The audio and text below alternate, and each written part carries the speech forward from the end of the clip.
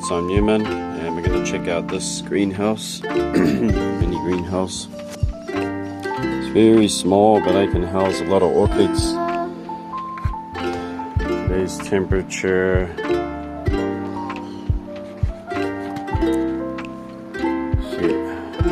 22 degrees. It's about 80% humidity, so it's kind of ideal humidity. And I'm going to show you some orchids, so stay tuned. Alright, this one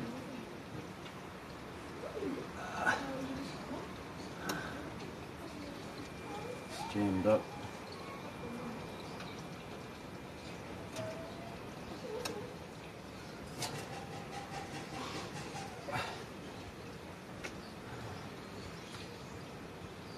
This one is Dockerilla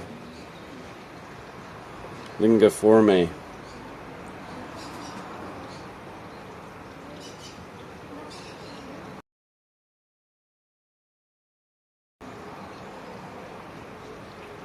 This is a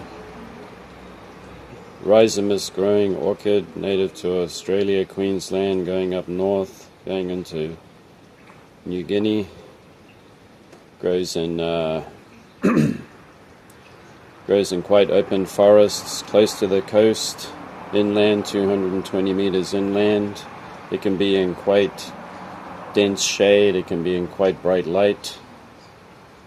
During the summertime, high humidity in the 70s or 80s, regular rainfall. During the winter, humidity doesn't seem to drop too much, but the rainfall is limited, so it's not quite dry, but you might get 1 or 2 gentle rainfalls per week, so it dries right out in between watering. And this has very succulent like leaves, which you can almost call this a succulent because it holds a lot of water and it's quite thick, and it's got these longitudinal grooves in these speckly green leaves here, and it's quite a neat looking orchid. It's mounted on a piece of bark, and I just got it in yesterday. I purchased it for about $25, and its flowers are on quite a long thin inflorescence, and then it blooms up to 15 to 20 spidery looking white dendrobium flowers that are quite fragrant, so I look forward to that. So that's the first one up, native of Australia.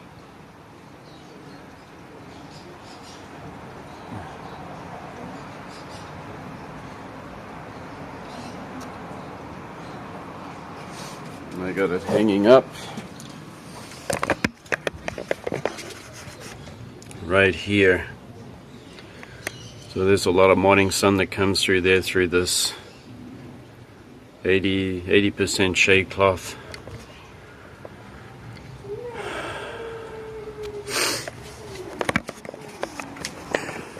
Okay, next up we're going to have a look at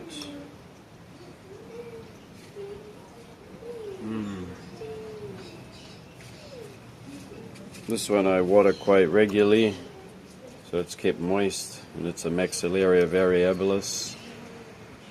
You can see here that this was through fertilizer damage, too much fertilizer. So yeah, I think every third watering it should be just straight clean water. And it is putting out some new growth there. It has flowered too, so that's great. I've also tried to grow this from cuttings or divisions. Wasn't too successful with that. I think it was too dry that summer.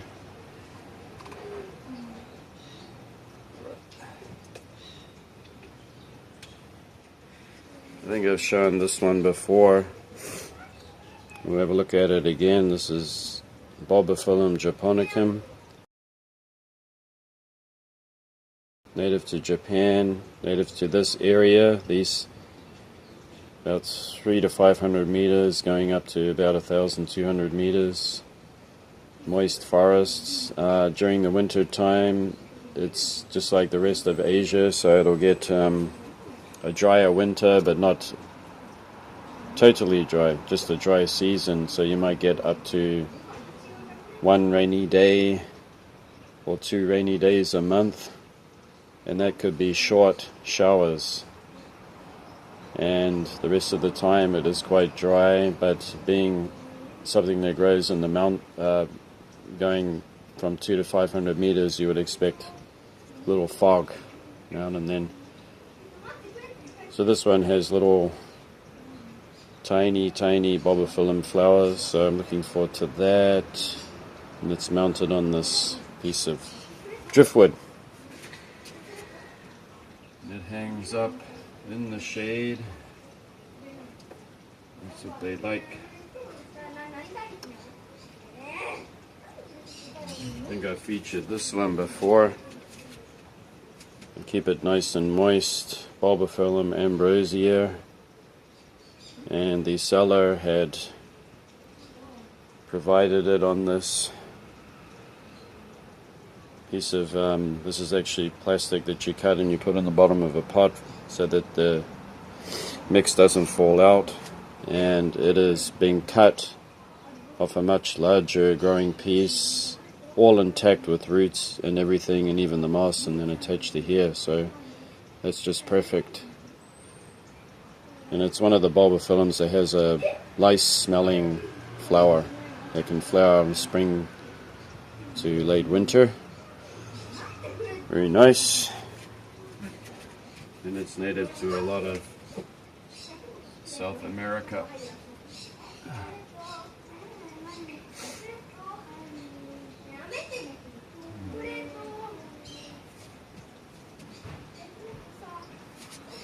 Let me just have a closer look in here, so I could be pulling things out. This is Cattleya auricular. It has this nice new growth coming out here, and it is growing consistently and well, and when I water it I give it a mist. So it is just moist, but it's not soaking wet. So I just moisten about a third, and the rest of it doesn't, you don't really need to worry about soaking down the bottom of your pot there. You can keep that dry, no problems. Up here is a Cattleya, what do you call it again? Lindleyi, and it's a nice little tiny Cattleya. So doing a little bit of an update, and we just have a look in there and we can see new bulbs and new growth, which is great. I keep that one moist too. And up here is Denema polybulbon, or Encyclia, and you can see here that it's getting all these nice new growths coming away. One there. And this one is in quite a large pot for a small plant, but I don't bother wetting all the way down, so I'm just interested in wetting around the top here to keep up a certain amount of moisture. But there's no need to wet all the way down there, and in actual fact I could just put styrofoam for half of the pot, because I'm trying to keep it as much natural as possible for the roots, so that they can breathe and so forth. Dendrobium sweet candy. And what's great about this is that its new canes are even bigger than last time, which is what I want. And same with Dendrobium Saohime. It has been putting out all of this new growth. Great. This is Epidendrum porpax variety alba, which has been doing great too. And up here hanging is my bulbophyllum.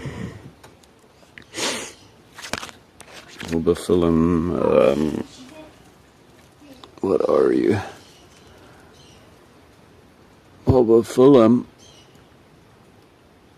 glasiochilum. And it is in a small pot that it came in live moss. And what I'm going to do is, once it starts to grow and come out of the pot, I will mount that onto small mounts. Just cut it off, but I won't pull the plant out. This lovely thing here is my Dendrobium loaded GCI, which is growing really well. I'm impressed by the new growth coming up out of the center there. Fantastic. This Dendrobium at the back here, which is hard to pull out, has gotten some really big canes. 1, 2, 3, pushing up to the sky. Great. You can see through here in my orchid jungle, Bifinaria, Trian something. So it's a T. I haven't said the name enough to memorize it, but it has that nice new growth there, as you can see, so that's great. This plant grows quite large, and it grows kind of cespitose or clump forming, so it'll never wander too far from the main plant. It'll always stick together in a clump, which is great. It has these nice corrugated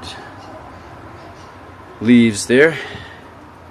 And this is my mini Cattleya that I've had for years and years and years, that keeps pushing out new growth constantly. And if I just pop it camera around here, you can see, pop it that way, you can see that new growth popping out of there. It's got growths coming out everywhere. Put my hand around here. You can see one there that I'm moving, and another one at the back there. So this one can flower in early autumn or late summer. Down here are 2 Vanda falcatas that were left over from a big clump that I bought. Magnificent thing it was. But being a plant that's taken off a tree, good luck trying to save that. So it kind of died back, and we had a hard summer last year. It was very dry, so I had trouble keeping it moist. But we got 2 pieces that I saved off it, and they got plenty of roots now, actually all in their medium, and they are growing fine. They might even put out some flowers because they got such a great root system. I don't know if we can pop one off. You can see a root popping out there, see? So it's got the roots. Yep, and it's healthy and it's small. It'll start clumping, no problem. And I just added more moss because I just wanted to keep it moist, being such a small mount and hard to keep it moist enough while it's trying to get roots. Once it has, it won't really matter. This is the orchid of the day, and it is Maxillaria tenuifolia. Magnificent coconut fragrance going everywhere. I have 3 lovely flowers, only 3.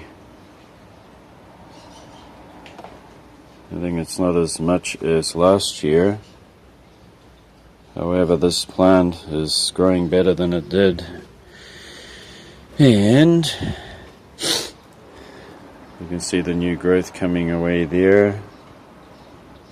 So everything is good. Its fertilizer has dissolved, which was that animal manure pellet. Yes, it's doing really great. Smells great too.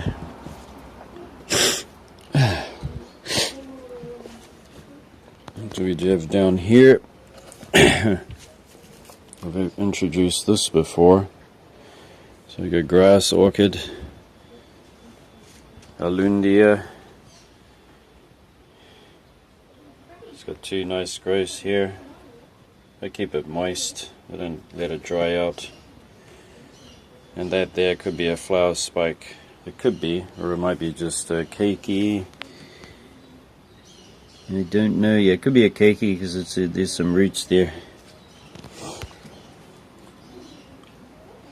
And this one, which is hard to get out, is my large and very healthy and vigorous Cattleya beringiana with its new cane coming away here. Yep, growing up. Yeah, and it got rained on quite a lot, which it doesn't mind because it's in this terracotta. It'll dry out pretty quick today. Nice new growth coming up. So that's great. It produced a very vigorous root system coming out, sprawling from the center there. So it's very, very tough, very vigorous. The flowers are beautiful too. Down here you can see this new growth coming away on this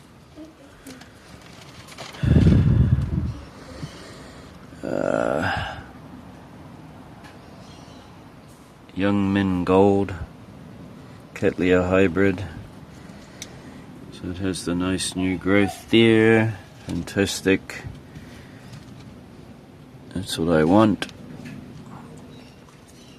And this one is a nice vigorous Dendrobium sayuri. And it's pretty hardy, pretty tough. Produces an abundance of flowers that are beautifully fragrant. I recommend it. If you grow this to a fairly large plant, you will be rewarded with many, many, many flowers absolutely covering it. This Dendrobium Tomo Flake Napori is of course a nobile that's been bred in Japan, hybridized, and it's got this nice new cane coming off that one, and that one at the back. So growing those on. Yeah. Let me try to get this out. Put the name on the screen for you. But we've been doing the right thing with this, because you can see that new cane is growing healthy and quick. So it likes its moisture, kept moist, not dripping wet, just moist. And it's a Brassia Cattleya hybrid. Renee, I'm trying to test my memory here. Renee, and it has a greenish flower with blue, I think, or purple. So it likes this humidity, and it likes its shady spot right here. Being aware that the sun is crafty and shifty, and when you try to shade something, you should shade it from all sides, because the sun can migrate to a different position. Sometimes it can be quite quick, from day to day, week to week. The sun's position could change and then sneak up the side of your greenhouse and burn something. So I just had the shade cloth going over the whole complete thing, and that's it. And it is quite heavy. It's 80%, or close to it, and it has to be because the sunshine here in the tropics can get very hard when it does come out. And these plants are naturally grown in jungles and stuff like that, underneath canopy where it's shady, just like this. That's why we got to use it. What else do we have here? We got this other Epicatlia. No, I'm sorry, this one is an Epicatlia. Renee something. Yeah, it's an Epicatlia, and so is this one. And just like the Renee there, unfortunately it doesn't have fragrance, but it has magnificent flowers, and it's a good grower. So it has this nice cane here, another one popping out there. Great. This is an anosmum. It has its nice new growth here, so I'm happy about that. And it has a kiki popping out, so great. Got to look after that. Lycast has this nice new leaf coming out, so I have been feeding it, or I did feed it. You can see the pellet there, or one of them, right? It's it's high in things like calcium and magnesium and stuff like that, so it helps to feed the orchid. Let's have a look at Leptotes bicolor. You can see Leptotes bicolor has some new growths.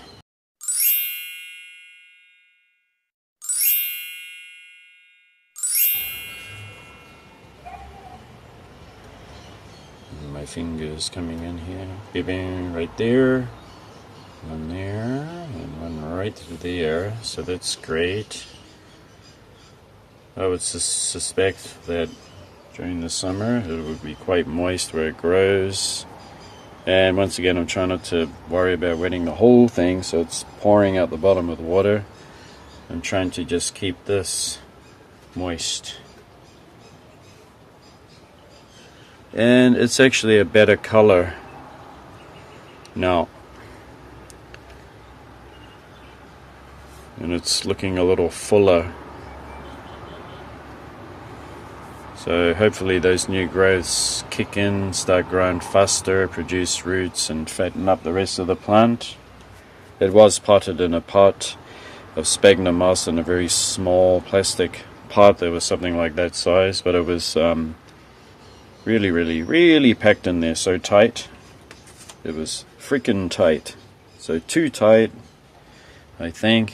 And what I've done there is, when I wrapped the roots around, I did a video about it. I get like a ball of moss and I put it into this, up into the center of the orchid from the bottom, and I spread the roots over it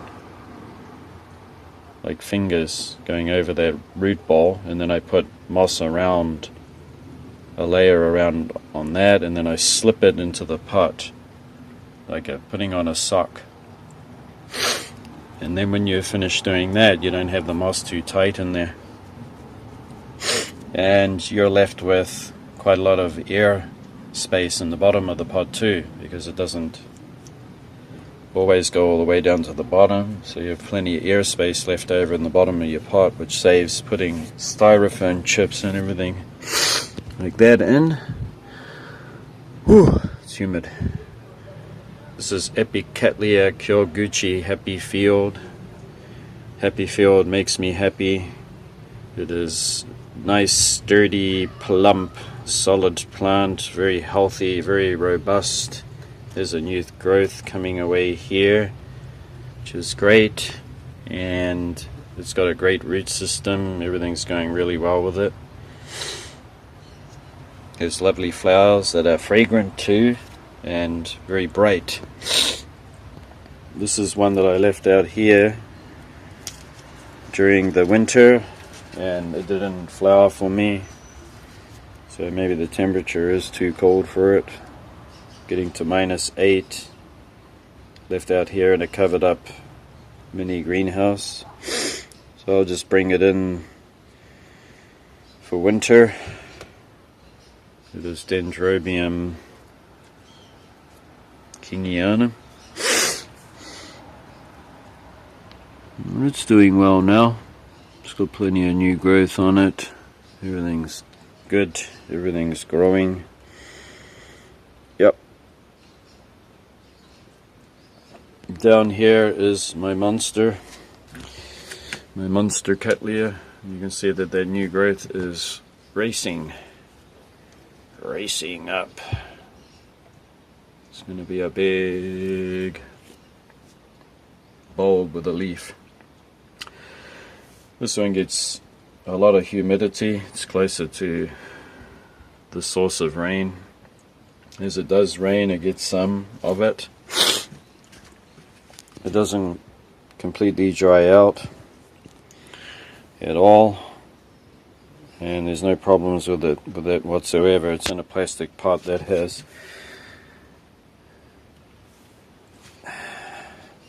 bark with pumice.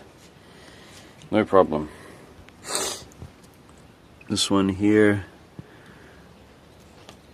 is a monster of a cane. You can see there that's like bigger than the last. And it is gobbling up the light.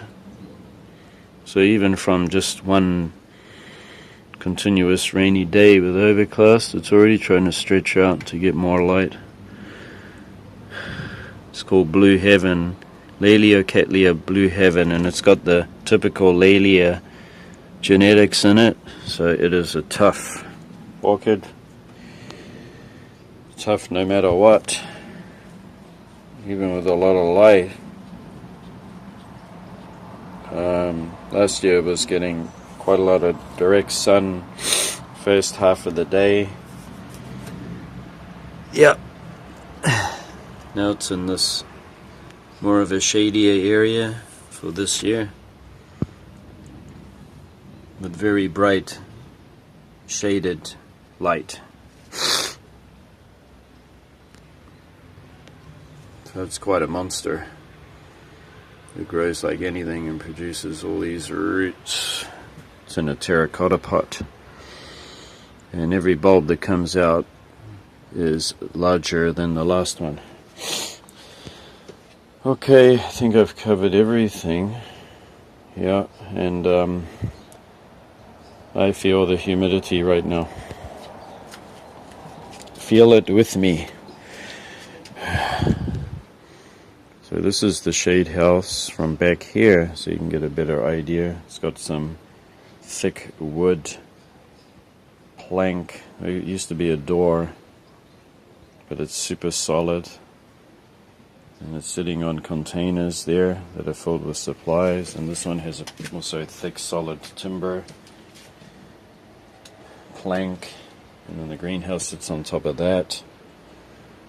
I got to get it up off the ground because air conditioners, when they're on, they spit out hot air. The hot air just goes down there. And being at this corner, this is the breeziest corner. So you have wind that comes all the way through between the houses, and it's constant. It's great. It's a perfect position.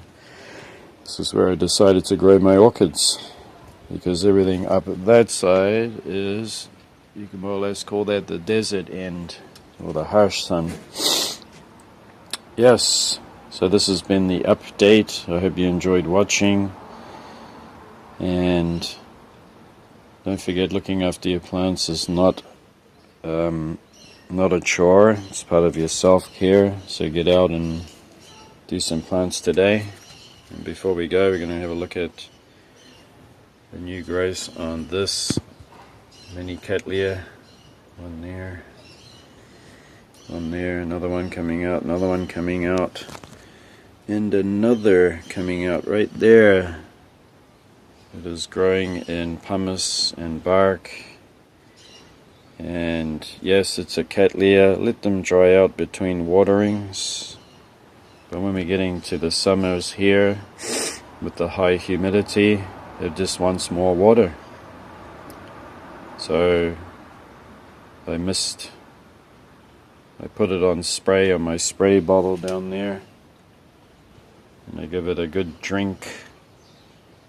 Almost the water's coming out the bottom, so it's kept moist, and it seems to like that and grow well. And being a cattleya or any other orchid during the winter, it does dry out between waterings. And yes, this has been the update. So I hope you enjoyed watching. I'll see you again next time. Bye bye.